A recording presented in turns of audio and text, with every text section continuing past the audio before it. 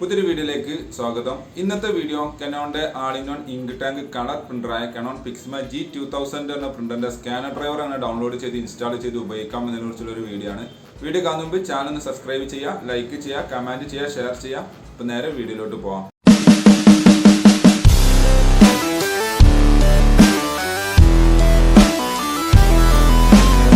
കനോണിൻ്റെ G2000 എന്ന പ്രിൻ്ററിൻ്റെ scanner ഡ്രൈവറിന് പ്രത്യേകം ഫയലൊന്നുമില്ല. നമ്മൾ പ്രിൻ്ററിൻ്റെ ഡ്രൈവർ ഡൗൺലോഡ് ചെയ്ത് ഇൻസ്റ്റാൾ ചെയ്യുന്ന കൂടെ തന്നെ സ്കാനർ ഡ്രൈവറും കൂടെ ഇൻസ്റ്റാൾ ചെയ്യുന്നതാണ്. അത് ഞാൻ മുമ്പത്തെ ഒരു വീഡിയോയിൽ പറഞ്ഞിട്ടുള്ളതാണ്, എന്നാലും ഞാൻ ഈ വീഡിയോയിൽ അത് ഷെയർ ചെയ്യുന്നു.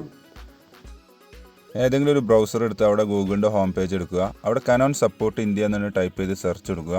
അവിടെ ഫസ്റ്റ് തന്നെ കാണിക്കുന്ന വെബ്സൈറ്റ് ഉണ്ടല്ലേ, കനോൺ ഇന്ത്യയുടെ ഒഫീഷ്യൽ വെബ്സൈറ്റാണ്. അത് ക്ലിക്ക് ചെയ്യുക. അപ്പോൾ അത് ഓപ്പൺ ആയി വരും. ഏകദേശം സൈറ്റ് ഓപ്പൺ ആയി വന്നിട്ടുണ്ട്. ഏറ്റവും നമുക്ക് സിമ്പിളായിട്ട് ഇവിടെ നമുക്ക് സെർച്ച് ബൈ മോഡൽ നെയിം എന്നുണ്ടല്ലേ, അവിടെ നമ്മുടെ മോഡൽ നെയിം ടൈപ്പ് ചെയ്ത് കൊടുക്കുക. പ്രിൻ്ററിൻ്റെ താഴെ browse by your product range എന്ന് കാണിക്കുന്നുണ്ട്. അത് പോയി കഴിഞ്ഞാൽ കുറേ നിങ്ങൾക്ക് സെലക്ട് ചെയ്യേണ്ടതുണ്ട്. അപ്പോൾ അതിൻ്റെ ആവശ്യമില്ല. ഇവിടെ ഡയറക്റ്റായിട്ട് നിങ്ങൾ G2000 എന്ന് ടൈപ്പ് ചെയ്യുന്നതോട് താഴെ ലിസ്റ്റ് കാണിക്കും, അത് സെലക്ട് ചെയ്യുക. അപ്പോൾ നേരെ ഡൗൺലോഡ് സെൻറ്ററിലേക്ക് ആയിരിക്കും പോയിട്ടുണ്ടാവുക. ഇവിടെ നമുക്ക് ആദ്യം ചെയ്യാനുള്ളത് നമ്മുടെ വിൻഡോസ് ഏത് വെർഷനാണെന്നുള്ളത് നമ്മൾ സെലക്ട് ചെയ്ത് കൊടുക്കണം.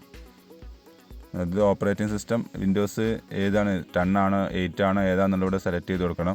കൺഫ്യൂഷൻ വേണ്ട. ബ്രാക്കിൽ നിങ്ങൾക്ക് ഡിറ്റക്റ്റഡ് എന്ന് എഴുതി കാണിക്കുന്നത് കാണാൻ സാധിക്കും. ആ ഡിറ്റക്റ്റഡ് എന്ന് എഴുതി കാണിക്കുന്നതാണ് നിങ്ങളെ വിൻഡോസിൻ്റെ വെർഷൻ വരുന്നത്, കണ്ടില്ലേ ബ്രാക്കറ്റിൽ. അപ്പോൾ അത് സെലക്ട് ചെയ്യുക.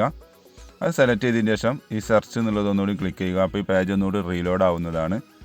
അവിടെ നമുക്ക് 1-2 ലിസ്റ്റുകൾ കാണിക്കും താഴെ. അതിൽ നമുക്ക് ഏറ്റവും ആവശ്യമുള്ളത് 31 MB വരുന്ന ഈ ഫയലാണ് നമുക്ക് ആവശ്യമുള്ളത്. അത് ജസ്റ്റ് ആ ബ്ലൂ കളർ ഏരിയ അവിടെ പോയിട്ട് ജസ്റ്റ് ഒന്ന് ക്ലിക്ക് ചെയ്യുക. അപ്പോൾ ഈ പേജ് നെക്സ്റ്റ് പേജിലോട്ട് പോകും. അവിടെ ഡൗൺലോഡ് എന്നുള്ളത് ക്ലിക്ക് ചെയ്യുക. അത് ക്ലിക്ക് ചെയ്യുന്നതോടെ നമ്മളെ ഫയൽ ഡൗൺലോഡിങ് ആവുന്നതാണ്. കണ്ടില്ലേ, താഴെ ഡൗൺലോഡിങ് ആവുന്നുണ്ട്.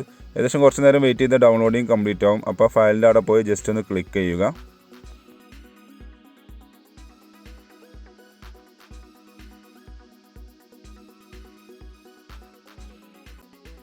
അൺസിപ്പിങ് നടന്നുകൊണ്ടിരിക്കുകയാണ്. നമ്മൾ ഇൻസ്റ്റാളേഷൻ സോഫ്റ്റ്വെയർ ഓപ്പണായി വരുന്നുണ്ട്. MP ഡ്രൈവേഴ്സ് എന്നുള്ള കണ്ടില്ലേ. ഓക്കെ, ഇവിടെ നെക്സ്റ്റ് എന്നുള്ളത് ക്ലിക്ക് ചെയ്യുക. ഇവിടെ നമ്മൾ റീജിയൻ ഏതാണെന്നുള്ളത് അത് സെലക്ട് ചെയ്തതിന് ശേഷം നെക്സ്റ്റ് എന്നുള്ളത് കൊടുക്കുക. ഇവിടെ യെസ് എന്നുള്ളത് ക്ലിക്ക് ചെയ്ത് കൊടുക്കുക. ഈ സമയത്ത് നമ്മളോട് USB കേബിൾ കണക്ട് ചെയ്യാൻ ചോദിക്കും. ആ സമയത്ത് മാത്രമേ പ്രിൻ്ററും കമ്പ്യൂട്ടറും നമ്മൾ USB കേബിൾ കണക്ട് ചെയ്യാൻ പാടുള്ളൂ. അതിന് മുമ്പ് കണക്ട് ചെയ്തിട്ടുണ്ടെങ്കിൽ നിങ്ങൾ ദയവ് ചെയ്ത് റിമൂവ് ചെയ്യണം. ഏകദേശം നമ്മൾ ഇൻസ്റ്റാളേഷൻ കംപ്ലീറ്റ് ആയിട്ടുണ്ട്. യെസ്, ഞാൻ നേരത്തെ പറഞ്ഞ പോലെ ഇവിടെ ഈ സെക്ഷനിൽ എത്തുമ്പോൾ മാത്രമേ USB കേബിൾ കണക്ട് ചെയ്യാൻ പാടുള്ളൂ. അപ്പോൾ നമ്മളെ കമ്പ്യൂട്ടറും പ്രിൻ്ററും നമ്മൾ USB കേബിൾ കണക്ട് ചെയ്യുക. അത് കണക്ട് ചെയ്ത് കഴിഞ്ഞാൽ നമ്മൾ ഇൻസ്റ്റാളേഷൻ പ്രോസസ്സിങ് കംപ്ലീറ്റഡ് എന്നുള്ളത് മെസ്സേജ് കാണിക്കുന്നതാണ്. ഉണ്ടല്ലേ, ഏകദേശം യെസ് കംപ്ലീറ്റഡ് ആയിട്ടുണ്ട്. ജസ്റ്റ് കംപ്ലീറ്റഡ് എന്ന് കൊടുക്കുക. സ്കാൻ ചെയ്യാൻ വേണ്ടി IJ സ്കാൻ യൂട്ടിലിറ്റി പറഞ്ഞ സോഫ്റ്റ്വെയർ ഇതിൻ്റെ കൂടെ ഇൻസ്റ്റാൾ ആയിട്ടുണ്ടാവും. സ്റ്റാർട്ട് ബട്ടൺ പ്രസ് ചെയ്തുകൊണ്ട് IJ എന്ന് ടൈപ്പ് ചെയ്താൽ നിങ്ങൾക്ക് അവിടെ ആപ്ലിക്കേഷൻ കാണാൻ സാധിക്കും. അപ്പോൾ ആപ്ലിക്കേഷൻ ഇങ്ങനെയാണ് ഓപ്പൺ ആയി വരിക. ഞാൻ കുറേ പ്രിൻ്ററുകൾ കണക്ട് ചെയ്തുകൊണ്ട് ഇവിടെ കുറേ ലിസ്റ്റ് കാണിക്കുന്നുണ്ട്. അതിൽ ഞാൻ കനോൺ G2000 എന്നുള്ളത് സെലക്ട് ചെയ്തിട്ടുണ്ട്. ഇതാണ് നോർമൽ സ്കാനിങ്ങിന് ഉപയോഗിക്കുന്ന കനോണിൻ്റെ ടൂൾ വരുന്നത്, IJ സ്കാൻ യൂട്ടിലിറ്റി എന്നുള്ളത്. ഇവിടെ നിങ്ങൾക്ക് കുറേ ഓപ്ഷൻസ് കാണാം. ഇതിൽ നിങ്ങൾക്ക് ആകെ ആവശ്യമുള്ളത് ഡോക്യുമെൻറ്റ് എന്ന ഓപ്ഷനും പിന്നെ ഫോട്ടോ എന്ന ഓപ്ഷനുമാണ് നിങ്ങൾക്ക് ആകെ ആവശ്യമുള്ളത്. ഞാനിപ്പോൾ സാമ്പിളിന് വേണ്ടി ഡോക്യുമെൻറ്റ് എന്നുള്ളത് സെലക്ട് ചെയ്യുകയാണ്.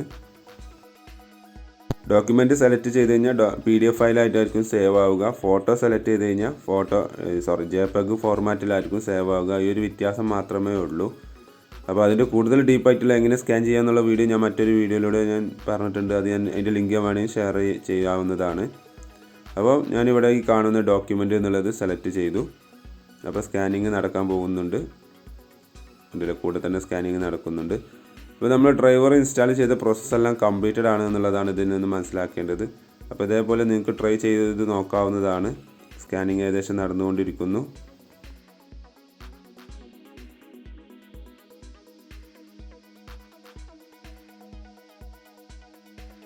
സ്കാനിങ് ഏകദേശം കംപ്ലീറ്റ് ആയിട്ടുണ്ട്. നിങ്ങൾക്ക് വീണ്ടും സ്കാൻ ചെയ്യണം എന്നുണ്ടെങ്കിൽ സ്കാൻ കൊടുക്കുക. അല്ല നിങ്ങൾക്ക് സേവ് ചെയ്യണമെന്നുണ്ടെങ്കിൽ ജസ്റ്റ് എക്സിറ്റ് എന്നുള്ള കൊടുത്താൽ മതി. ഓട്ടോമാറ്റിക്കായി നമ്മുടെ കമ്പ്യൂട്ടറിൽ സേവ് ആവുന്നതാണ്. യെസ്, ഞാൻ ആ സേവ് ചെയ്ത ഫയൽ ഓപ്പൺ ചെയ്ത് കാണിച്ചു തരാം. ജസ്റ്റ് ഇതിൽ ഓപ്പൺ ചെയ്യുന്നു. ഓക്കെ, ഓപ്പൺ ചെയ്യുന്ന സമയത്ത് നമ്മൾ സ്കാൻ ചെയ്ത ഫയലാണ് ഈ കാണുന്നത്. അപ്പോൾ ഇതേപോലെ ട്രൈ ചെയ്ത് നോക്കുക. സ്കാനർ ഡ്രൈവർ പറഞ്ഞാൽ പ്രത്യേകിച്ച് വേറെ ഫയൽ വരുന്നില്ല. പ്രിൻ്ററിൻ്റെ ഡ്രൈവർ ഇൻസ്റ്റാൾ ചെയ്യുന്ന കൂടെ തന്നെ സ്കാനർ ഡ്രൈവർ ഇൻസ്റ്റാൾ ചെയ്യുന്നതാണ്. അപ്പോൾ okay, thanks for watching my video ഇഷ്ടമെന്ന് വിചാരിക്കുന്നു. സബ്സ്ക്രൈബ് ചെയ്യാൻ മറക്കരുത്, ഫോളോ ചെയ്യുക, കമൻറ്റ് ചെയ്യുക, ഷെയർ ചെയ്യുക, ലൈക്ക് ചെയ്യുക. അപ്പോൾ ഓക്കെ, ബൈ.